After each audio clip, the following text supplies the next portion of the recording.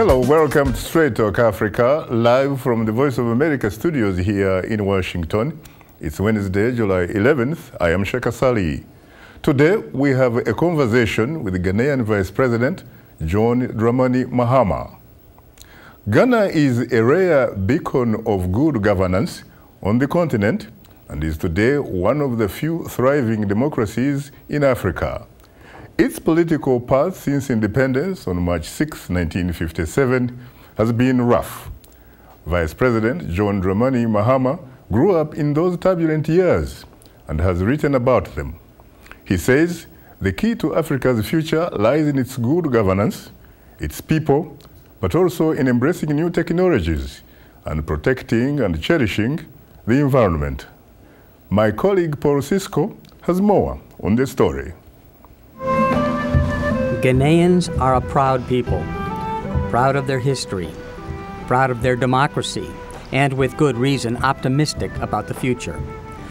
Kwame Nkrumah was the first president of an independent Ghana. Honored by many as the founding father of Africa, he proclaimed in 1957 the independence of Ghana would be meaningless unless it is linked to the total liberation of the African continent.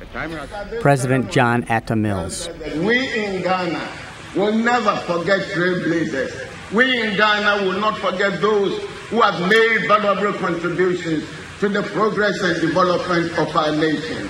We thank God for giving us Kwame Nkrumah. President Mills' vice president is John Dramani Mahama. He tells the story of his early life in his first book, just published, called My First Coup D'Etat.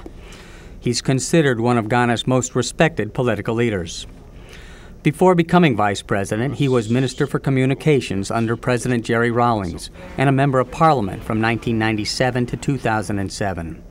The book is dedicated to his father, E.A. Mahama, who was in Nkrumah's first cabinet and a member of Parliament and the first regional governor of Ghana's northern region. In 1966, when John was just 7 years old, Kwame Nkrumah was overthrown while on a state visit to North Vietnam and China. Nkrumah went into exile in Guinea-Conakry and later died of cancer in Romania in 1972. The military regime that took over set up the National Liberation Council. It had the elder Mahama detained and others who served with Nkrumah. He was stripped of his wealth, and his political life had ended. More turbulent years followed in Ghana. In 1979, Flight Lieutenant Jerry Rawlings attempted to overthrow Ghana's military government. He was imprisoned until Captain Kojo Boachi Tijani staged another coup, releasing Rawlings. In September, the new military authorities handed over power to the elected president, Hila Liman. The President, the Vice President, and all ministers and their deputies are dismissed from office.